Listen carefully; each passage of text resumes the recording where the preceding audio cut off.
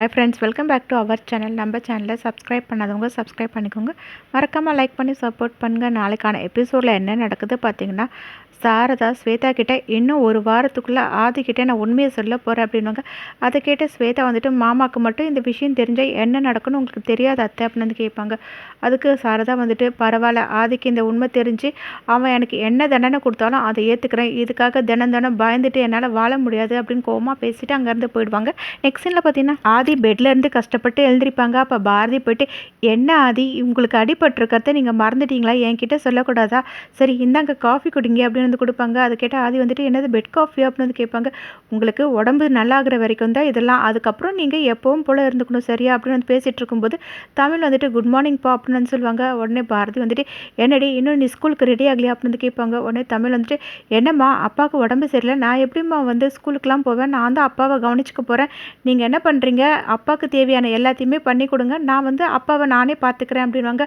அதை கேட்ட உடனே பாரதி வந்துட்டு, என்னடி பேசிகிட்டு இருக்க, ஒழுங்கு மரியாதை கிளம்பு அப்படின்வாங்க. அதுக்கு தமிழ் வந்துட்டு, அப்பா நான் தானே உங்களை பார்த்துக்கணும் அப்படின்வாங்க. ஆமாம் நான் அதையும் சொல்லும்போது, என்ன 2 பேரும் ஒன்றா சேர்ந்துட்டிங்களா, நீங்கள் 2 பேரும் ஒன்றா சேர்ந்தா என்னெல்லாம் பண்ணுவீங்க எனக்கு நல்லாவே தெரியும் அப்படின்வாங்க.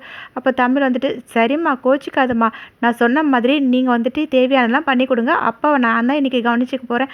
அப்பா நீங்கள் வாங்கப்பா, நீங்கள் வேறு ஹாஸ்பிட்டலுக்கு போகணும்ல, அதனால உங்களை நான் ஃப்ரெஷ்அப் ஆக்கி விடுறேன், நான் தான் உங்களுக்கு ப்ரஷ் பண்ணுவேன்னு ரெஸ்ட் ரூம் கூட்டின்னு போயிட்டு ப்ரஷ் பண்ணி விட்டுட்டு, அதுக்கப்புறம் தமிழ் பாரதி 2 பேரும் சேர்ந்து ஆதியோட உடம்பெல்லாம் தொடச்சி விட்ருவாங்க.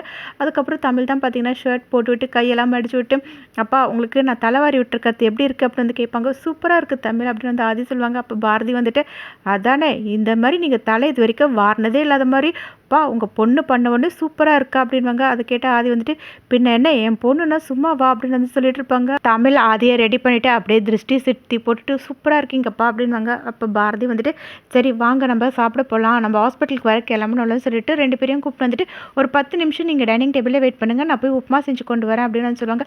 அதை கேட்ட தமிழ் வந்துட்டு, அம்மா உப்புமா எனக்கு ஓகே தான், அப்பாவுக்கு அப்படின்வாங்க. எனக்கும் ஓகே தான் சொன்ன உடனே பாரதி கிச்சனுக்குள்ளே போய் பார்ப்பாங்க. எல்லாமே ரெடியாக இருக்கும். ஒன்றும் புரியாமல் பார்க்கும்போது சாரதா வந்துட்டு, நான் தான் பாரதி எல்லாமே பண்ணேன் அப்படின்வாங்க.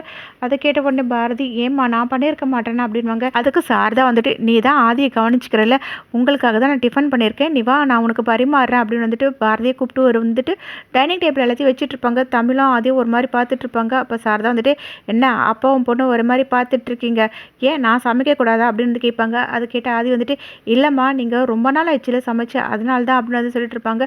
சரி உங்களுக்காக தான் சமைச்சேன் அப்படின்னு சொல்லிட்டு பாரதி நீயும் உட்கார் அப்படின்னு வந்து சொல்லுவாங்க. அதுக்கு பாரதி வந்துட்டு, இல்லை பரவாயில்ல இருக்கட்டும்மா, நீங்கள் வந்து உட்காருங்க அப்படின்வாங்க. அதுக்கு சாரதா வந்துட்டு, இல்லை இன்னைக்கு என்னோட மருமகளும் பேத்தியும் சாப்பிட்டுட்டு எப்படி இருக்குது சொன்னதுக்கப்புறம் தான் வந்துட்டு நானும் சாப்பிட போகிறேன் அப்படின்னு சொல்லிட்டு பாரதியும் உட்கார வச்சுட்டு எல்லாருக்குமே பரிமாறிட்டு இருப்பாங்க. இப்போ தமிழ் வந்துட்டு, நான் ஏற்கனவே பாட்டி சமைச்சதை சாப்பிட்ருக்கேம்மா, அன்றைக்கி சட்னி செஞ்சு கொடுத்தாங்க சூப்பராக இருந்தது, ராணி அக்காவோட சேர்த்து பாட்டியை என்னை பார்த்துக்கிட்டாங்க, எனக்கு ஹோம்ஒர்க் பண்ண வச்சாங்க, டிராயிங்க்கு ஹெல்ப் பண்ணாங்க அப்படின்வாங்க.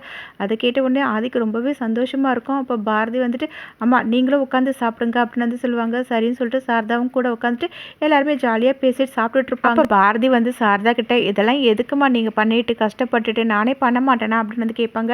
அதுக்கு சாரதா வந்துட்டு, நீ ஆதியை கவனிச்சிக்கிறமா, அப்போ உங்கள் 2 பேரையும் கவனிச்சிக்க வேண்டியது என்னோட பொறுப்பு தானே அப்படின்வாங்க.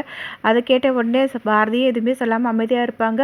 சாரதா வந்து ஆதிக்கிட்ட, எங்கே நம்ம ஃபேமிலி டாக்டர் தானே பார்க்க போகிறீங்க அப்படின்னு வந்து கேட்பாங்க. ஆமான்னு வந்து ஆதியும் சொல்லுவாங்க. பாரதி ஆதி 2 பேருமே ஹாஸ்பிட்டலுக்கு போவாங்க. டாக்டரும் வந்து பார்ப்பாங்க.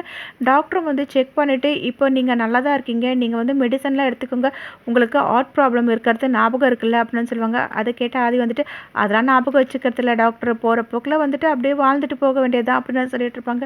அதை கேட்ட உடனே டாக்டர் வந்துட்டு, எனக்கு ரொம்ப ஆச்சரியமாக இருக்கு ஆதி, நீங்கள் அவ்வளோ பெரிய மலை உச்சிலேருந்து கீழே விழுந்திருக்கீங்க, ஆனால் உங்களுக்கு சின்ன ஒரு அடி தான் பட்டு, எனக்கு இது ரொம்ப ஆச்சரியமாகவும் அதிசயமாகவும் இருக்குது அப்படின்னு வந்து சொல்லிட்டு இருப்பாங்க. அதை கேட்ட உடனே டாக்டர் வந்துட்டு, ஆமாம் பாரதி நீங்கள் எப்படி வந்து கண்டுபிடிச்சி போனீங்க அப்படின்னு வந்து கேட்பாங்க. எனக்கு ஆதியோட இதய சத்தம் கேட்டது, ஆனால் இதெல்லாம் உங்களால் நம்ப முடியாது அப்படின்னு வந்து சொல்லிட்டு இருப்பாங்க. அதை கேட்ட ஆதி வந்துட்டு, ஆமாம் டாக்டர், இப்போ எனக்கும் இது மாதிரி நிறைய விஷயங்கள் ஃபீல் பண்ண முடியுது, இப்போ என்னோட உயிரை பாரதி தான் காப்பாற்றி கொடுத்துருக்காங்க அப்படின்னு வந்து சொல்லிட்டு இருப்பாங்க.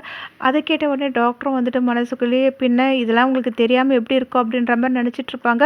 அதுக்கப்புறம் டாக்டர் டாக்டர் வந்துட்டு சரி சில டெஸ்ட்லாம் நான் எழுதி கொடுக்குறேன், அதை போய் நீங்கள் எடுத்துகிட்டு வாங்க அப்படின்னு வந்து சொல்லிட்டு இருப்பாங்க.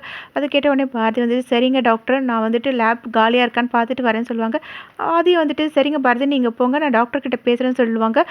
பார்த்தீங்கன்னா பாரதி அங்கேருந்து போனதுக்கப்புறம் ஆதி டாக்டர்கிட்ட எனக்கு அந்த இதயம் கொடுத்தாங்கல்ல அவங்கள வந்து நான் பார்க்கணும் அப்படின்வாங்க. அதை கேட்டு டாக்டர் வந்து என்ன ஆதி பேசிகிட்டு இருக்கீங்க, நான் தான் உங்ககிட்ட ஏற்கனவே ஆம்புலன்ஸ் டிரைவரோட நம்பர் கொடுத்தல, நீங்கள் கூட உங்கள் ஃப்ரெண்டு மூலிமா கண்டுபிடிச்சதா சொன்னீங்க, இப்போ வந்துட்டு கேட்டுட்ருக்கீங்களே அப்படின்னு வந்து கேட்பாங்க.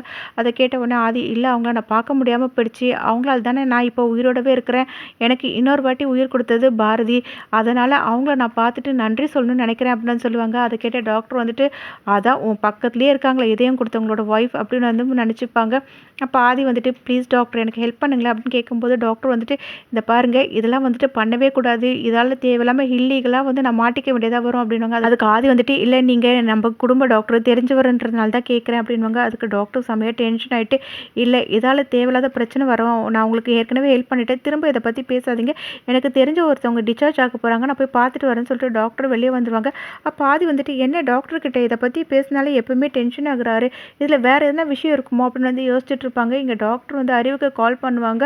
அறிவு வந்துட்டு சொல்லுங்கள் டாக்டர் என்ன விஷயம்னு கேட்கும்போது நம்ம எல்லாருமே இன்னும் கொஞ்சம் நாள் ஜெயிலுக்கு போக போகிறோம் அப்படின்னாங்க. என்ன சொல்கிறீங்க ஒன்றும் புரியலன்னு கேட்கும்போது டாக்டர் வந்துட்டு ஆமாம் அவங்க மாப்பிள்ளை இங்கே வந்திருக்காரு, அந்த இதயம் கொடுத்தவங்களை பற்றி விசாரிச்சுட்ருக்காரு, என்ன நடக்க போகுதுன்னு எனக்கு தெரியவே இல்லை, நானும் சொல்லி எவ்வளோ சமாளிக்க பார்க்குறேன், ஆனால் அவர் திரும்ப திரும்ப கேட்குறாரு அப்படின்னு சொல்லிட்டு இருப்பாங்க.